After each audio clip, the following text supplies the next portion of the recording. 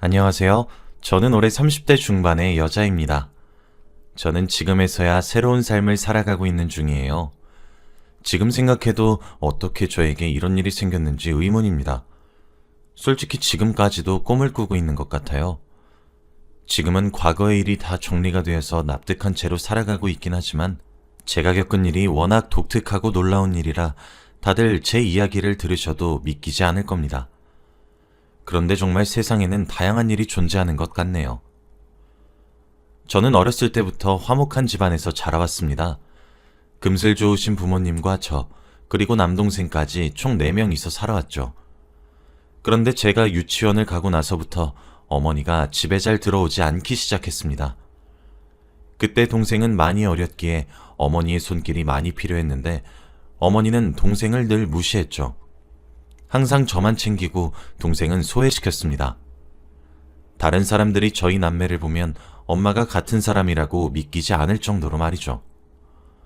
어머니는 항상 동생한테 차별 대우를 하셨고 옆에서 지켜보고 있던 저와 아버지가 많이 뭐라 했습니다. 착하고 바른 동생이 잘해도 혼나고 못하면 더 혼나니까 너무 마음이 아팠거든요. 그래서 어린 나이였던 제가 동생 대신에 화도 내고 했던 기억이 납니다. 아무튼 그렇게 어머니는 동생을 차별 대우를 하시다가 결국 집을 나가게 되셨어요. 항상 동생 놀아주고 밥 챙겨주는 건 저의 몫이었기 때문에 힘들진 않았습니다. 그래도 집에 엄마라는 존재가 없으니까 외롭긴 하더라고요. 어머니는 제가 유치원생 때부터 동생과 저를 차별 대우를 하시다가 제가 초등학생이 되고 몇 년이 지났을 때 집을 나가셨어요. 하루 이틀 뒤면 돌아오실 줄 알았지만 어머니는 그 뒤로 집에 오신 적이 없습니다. 아버지는 어머니가 돈을 벌러 잠깐 지방에 갔다고 했지만 저는 믿지 않았어요. 어머니가 힘들어할 때마다 항상 이혼하겠다, 집 나가겠다라는 말을 버릇처럼 하고 다녔거든요.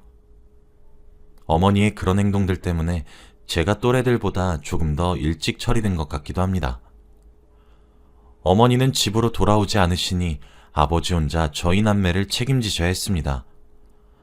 항상 밤낮 없이 저희 남매를 위해서 일을 하셨고 바쁘신 와중에도 저희에 대한 관심도 끊이지 않으셨습니다. 새벽 늦게 퇴근을 하시면 자고 있는 저와 동생 옆에서 오랫동안 울다가 잠에 드셨어요.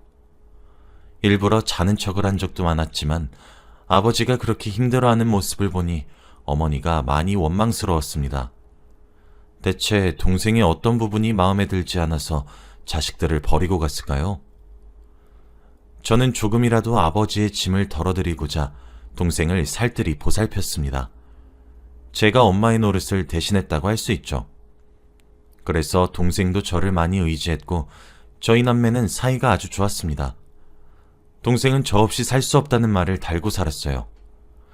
그리고 저희 동네에 저희 집안의 일이 소문이 나고 저희 남매가 어른들에게 사랑을 많이 받았습니다.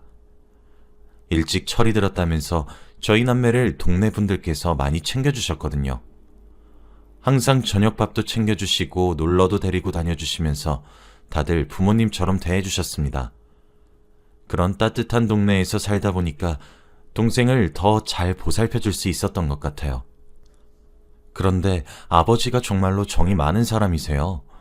어느 정도로 많냐면 주위에서 아버지한테 바보 같다고 말할 정도입니다. 아버지는 주위 사람들의 딱한 사정을 들으면 쉽게 넘기지 못하세요. 깊게 감정이입을 하시고 마치 자기 일처럼 헌신을 다해 도와주십니다. 다들 주위에서는 아버지한테 미련하다고 굳이 그렇게까지 할 필요 없다고 말리시지만 저는 아버지의 그런 모습을 보고 많이 배웠어요. 저와 동생도 커서 아버지처럼 저런 착하고 친절을 베푸는 사람이 되어야겠다고 다짐했습니다.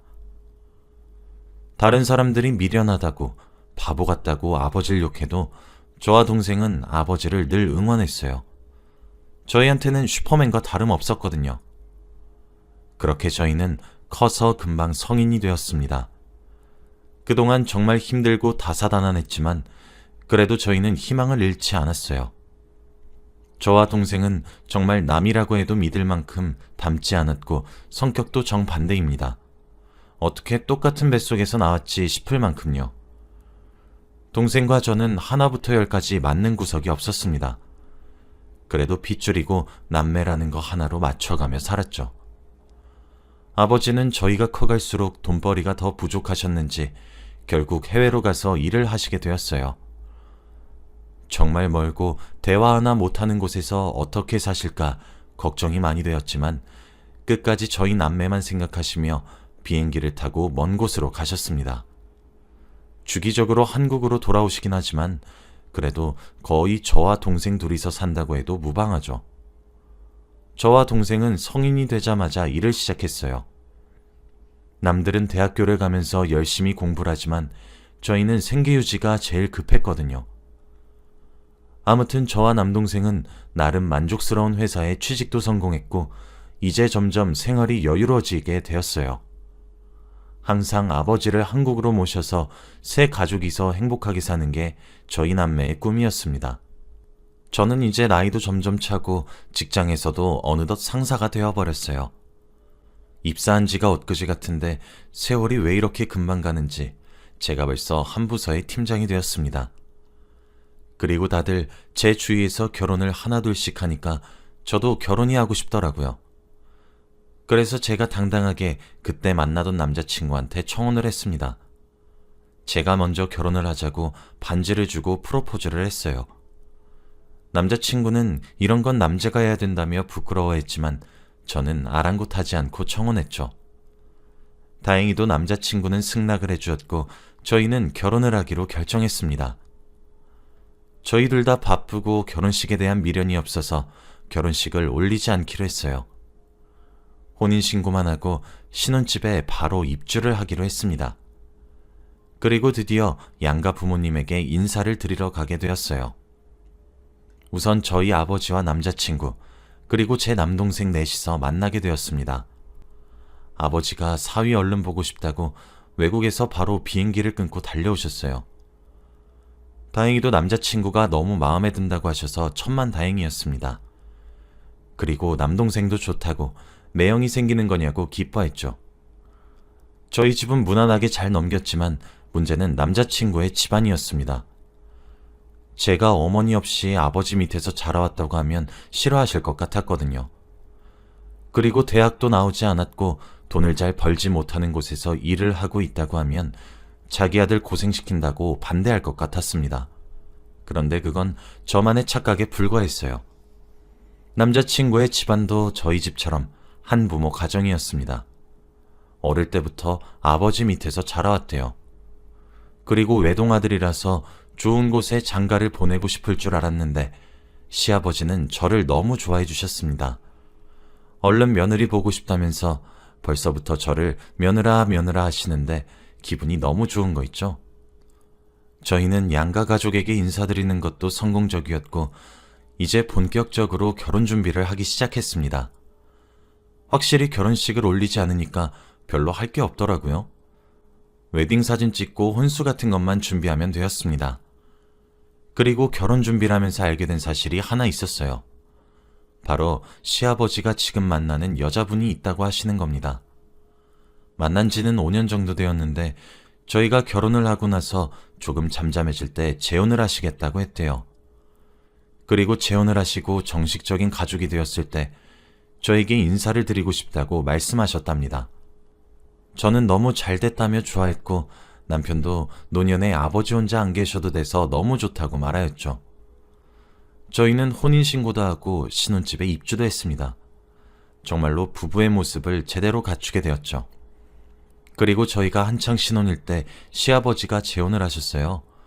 재혼하시는 여성분은 정말 아리따우시고 곱게 생기셨더라고요. 5년 동안 만나셨다는 이야기를 듣고 깜짝 놀랐습니다. 두 분도 결혼식을 올리지 않으셨고 혼인신고만 하셨어요. 집안에 좋은 소식이 배로 들어오니까 너무 좋은 거 있죠? 그리고 얼마 지나지 않아서 정식적으로 소개를 받았습니다.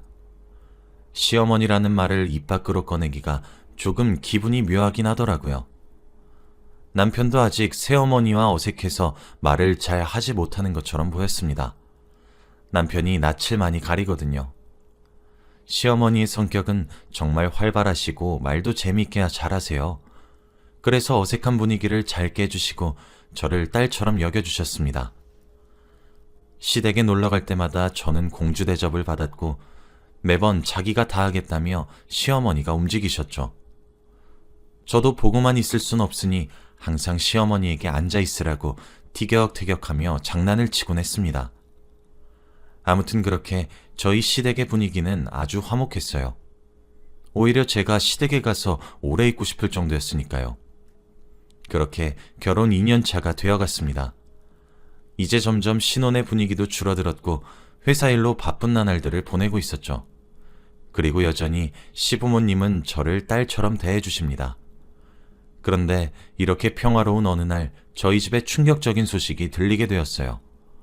어머니가 조금 이상해지기 시작했거든요. 얼마 전부터 계속 제 남편에게 평소보다 더 살뜰히 대하시기 시작했습니다. 남편은 나이가 30이 넘었고 새어머니가 갑자기 그런 터치라니까 조금 당황스러워 보였습니다. 시아버지도 원래 서먹서먹했던 사이였는데 한순간에 과감해지니까 놀라셨죠. 시어머니 빼고 저 포함 3명이서 다 당황스러웠습니다. 그런데 시어머니는 제 남편에게만 그랬어요. 아들, 엄마 보고 싶었지? 아들, 난 세상에서 아들밖에 없어. 원래 시어머니와 남편은 어색한 사이여서 필요하지 않는 말 아니면 잘 안 해요. 그런데 쓸데없는 말들을 너무 많이 하시고 정말 친아들처럼 대했습니다. 그리고 항상 남편한테만 선물을 사주시면서 길 지나가다가 아들 생각이 나서 샀어 라고 하거나 뭐든 제 남편과 함께 하려고 했죠. 처음에는 어색함을 풀고 친해지고 싶어서 그러나 보다 했는데 시간이 지날수록 이상했습니다. 제가 어머니, 제 선물은 없어요? 저 속상해요 라고 애교를 부리며 시어머니한테 말을 해도 항상 무시했어요. 원래 그런 사람이 전혀 아닌데 말이죠. 시아버지도 요즘 따라 시어머니가 이상하다면서 병원에 가야겠다고 하더라고요. 가끔씩 자기한테 누구냐고 물어보기도 하고 건망증이 너무 심해졌다고 하면서 말이죠. 항상 저를 딸처럼 대해주시던 시어머니가 최근 들어 저와 시아버지에게는 전혀 관심이 없고 오로지 남편만 좋아하니까 이상하긴 했습니다. 그리고 저희 4명은 시어머니를 데리고 큰 병원으로 갔어요. 검사가 되는 건 전부 다 했습니다. 시어머니는 검사 과정이 무서우셨는지 남편의 손만 꼭 잡고 있었고 저와 아버지는 투명인간 취급을 했죠. 그리고 얼마 지나지 않아 검사 결과가 나왔습니다. 건강하신 줄 알았던 시어머니의 병명은 바로 치매였습니다. 중간중간 원래의 기억이 돌아오긴 하는데 제정신인 시간이 점점 줄어들고 있다고 해요. 그리고 지금 아들한테 이렇게 살뜰하신 이유가 바로 시어머니의 과거 때문이라고 합니다. 예전에 결혼 초에 남편한테 한번 들은 적이 있었는데 시어머니가 사실 시아버지와 만나기 전에 결혼을 하신 적이 있대요. 그래서 아이를 낳았는데 돈 때문에 보육원에 잠시 맡겨두고 도망쳤다가 돈을 얼추 모으고 아이를 다시 데려가기 위해 보육원에 갔는데 다른 사람이 입양을 했다고 합니다. 결국 지금까지 자신의 자식 소식도 모르고 아무것도 모른대요. 그래서 그때의 기억이 사무쳐서 제 남편을 자신이 낳은 친아들로 본다고 합니다. 저희 셋은 그 자리에서 숙연해졌고 아무 말도 할 수 없었어요. 그동안 시어머니는 남편한테 아들이라고 부르면서 이거 하자 저거 하자 하는데 가슴이 미어지더라고요. 얼마나 힘드셨으면 아직도 기억을 하실까요? 그리고 의사 선생님께서 저희에게 여기서 더 심해지실 테니 하루라도 빨리 추억을 쌓으라고 했습니다. 저희는 병실에 나왔고 정말 오랜 고민을 했어요. 앞으로는 어떻게 해야 할지 말이죠. 그러다가 결론은 저와 남편이 시어머니의 친아들을 찾아주기로 했습니다. 시어머니는 치매셨지만 보육원 이름과 아이의 이름은 다 기억하고 있었어요. 항상 남편의 이름 말고 자기 아들의 이름을 불렀는데 그게 정말 다 사연이 있는 줄 몰랐습니다. 아무튼 시어머니가 말씀해주신 보육원으로 가게 되었어요. 그런데 그 보육원은 제 고향에 있는 곳이더라고요. 어렸을 때 잠깐 살았던 곳이었습니다. 저희가 어렸을 때 이곳을 떠나 다른 곳으로 이사를 갔지만 저는 조금이나마 기억해요. 그리고 동네에 보육원이 있다는 걸 말로만 들었는데 우연히 그 보육원이 시어머니가 말씀하신 곳이었더라고요. 아무튼 저와 남편은 보육원에 들어가서 원장님을 뵈었습니다. 그리고 원장님은 저를 보자마자 민혁이 누나 아니세요? 라고 하며 제 남동생의 이름을 말하는 겁니다. 저는 너무 놀라서 입을 틀어막고 어떻게 하셨어요? 라고 했죠. 그러면서 원장님은 아이고 왜 몰라요. 여기 얼굴에 점이랑 딱 보니까 민혁이 누난데. 여기서 오래 살았던 사람들은 민혁이 남매 다 알잖여. 라고 했습니다. 제가 이웃들한테 많은 도움을 받았던 동네가 바로 여기였거든요. 그래서 저희 남매를 모르는 동네 주민분들이 없었는데 이렇게 보육원 원장님까지 아시니까 신기하더군요. 그리고 저희는 보육원 원장님에게 양해를 구해 시어머니가 말씀하신 이름에 대해 찾아보려고 했습니다. 저희 부부는 원장님에게 혹시 이 보육원에 김동현이라는 남자아이가 있었나요? 라고 물었어요. 그런데 원장님은 갑자기 당황을 하시더니 동현이? 무슨 소리 하는 거야? 동현이가 민혁이잖아. 라고 하는 겁니다. 저와 남편은 이해가 되지 않아서 말문이 턱 막혔죠. 그런데 저희의 표정을 보고 원장님이 더 당황을 하시면서 아니, 동현이가 여기서 자랐다가 아버지가 입양해 가신 거 몰라? 너 그때 아버지 손잡고 동생 생긴다고 좋아하면서 졸래졸래 따라왔잖아. 아, 그땐 너무 어려서 기억이 안 날라나? 라고 했습니다. 저와 남편은 아무 말도 나오지 않았어요. 원장님 말에 의하면 제 남동생이 시어머니가 찾고 있는 자신의 아들인 김동현이라는 아이라는 거잖아요. 저는 보육원을 박차고 나가 주저앉은 채로 심호흡을 했습니다. 그리고 남편이 저를 뒤따라 나와 도와주었어요. 겨우 정신을 차리고 저는 이 모든 일을 다 알고 있을 만한 사람인 아버지한테 전화를 했습니다. 그리고 제가 들었던 내용에 대해서 다 말했어요. 그런데 정말 충격적이었습니다. 보육원 원장님께서 하신 말씀이 다 사실이었거든요. 아버지는 한숨을 쉬시며 그동안 말하지 못해서 미안하다고 하셨습니다. 그리고 정말 제 남동생이 동현이란 아이가 맞대요. 아버지가 정이 너무 많으셔서 보육원에 봉사활동도 자주 갔습니다. 그런데 봉사활동을 하다가 동현이가 눈에 띄었다고 해요. 그때는 동생이 신생아만큼의 갓난아기였는데 너무 마르고 애가 울지도 않았다고 합니다. 그래서 마음이 쓰여서 원장님에게 어떻게 온 애냐고 물었더니 애엄마가 새벽에 버리고 갔대요. 근데 애가 너무 순해서 울지도 않는다고, 그래서 더 안타까웠다고 합니다. 결국 아버지는 막무가내로 집에 동현이를 데리고 왔다고 해요. 어머니는 갑자기 이게 무슨 일이냐고 화를 불같이 냈지만 아버지가 원래 그런 성격인 걸 아니 참으셨다고 하더군요. 그런데 아버지가 하루 종일 일만 하셔서 육아는 오로지 어머니 담당이었으니 두 아이를 감당하기 힘드셨다고 합니다. 그래서 결국 두 분은 이혼을 하셨다고 합니다. 이제서야 모든 퍼즐이 다 맞추어졌어요. 왜 어머니가 동생을 그렇게 싫어하고 막대했는지 납득이 됐습니다. 어머니의 친아들이 아니었기 때문이죠. 그리고 더 놀라운 건 시어머니가 어떻게 동현이의 친엄마인가요? 세상에 이런 우연이 있을 수 있을까요? 저와 남편은 할 말을 잃었고 앞으로 어떻게 해야 할지 감이 잡히지 않았습니다. 그럼 제 남동생이 핏줄로 따지면 시어머니의 아들이니까 그럼 남편과 형제 아닌가요?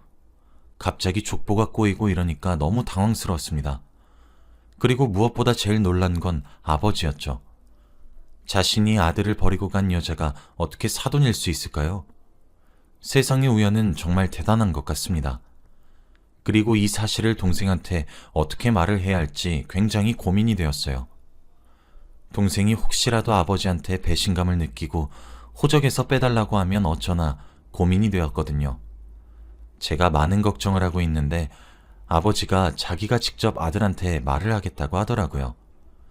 그래서 아버지한테 맡겼고 저와 남편은 무거운 발걸음으로 시댁에 갔습니다. 그리고 모든 사실을 다 말했어요. 시아버지는 뒷목을 잡고 뒤로 넘어지셨고 시어머니는 멍하니 허공만 바라보고 있었죠.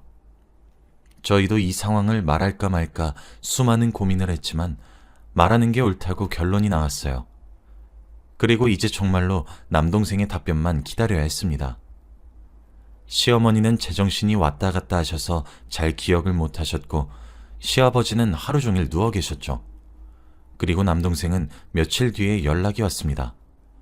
그러면서 저에게 누나, 난 평생 누나 동생이야. 그리고 아빠는 평생 우리 아빠고. 난 이렇게 살래. 엄마 없는 채로. 라고 했어요. 그리고 얼마 지나지 않아 남동생이 자신의 친어머니인 시어머니를 뵈러 왔습니다. 그런데 그때는 이미 늦은 건지 시어머니가 전혀 알아보지 못하셨어요. 치매가 너무 심하셨거든요. 남동생은 울지도 않았고 아무런 말도 하지 않았습니다. 저에게 솔직히 모르겠다고 하더라고요. 거의 남처럼 살아와서 엄마라고 안 느껴진대요. 사실 저와 남편이 유전자 검사도 해봤는데 친자가 맞긴 했습니다. 남동생도 자신의 친엄마라는 사실은 머릿속으로는 알지만 마음으로는 받아들이지 못하고 있어요. 엄마라고 부르지도 못하겠다더군요. 결국 이 일은 이렇게 끝났습니다. 동생은 평소와 다를 바 없이 똑같았고 가족들도 바뀐 게 없어요. 다만 시어머니가 치매가 너무 심하셔서 요양원에서 치료를 받고 계십니다. 저희 부부와 시아버지가 자주 방문하시고요. 그리고 저희 남매의 꿈인 아버지를 한국으로 모시고 사는 것도 이제 얼추 성공할 것 같아요. 이 일이 있고 나서 저희 가족은 어색함은 아예 없었고 오히려 사이가 돈독해진 것 같습니다. 정말 이런 일이 제 인생에 일어났다는 게 아직까지도 놀라워요. 여러분도 혹시 이런 적이 있으신가요? 저의 이야기는 여기까지입니다. 들어주셔서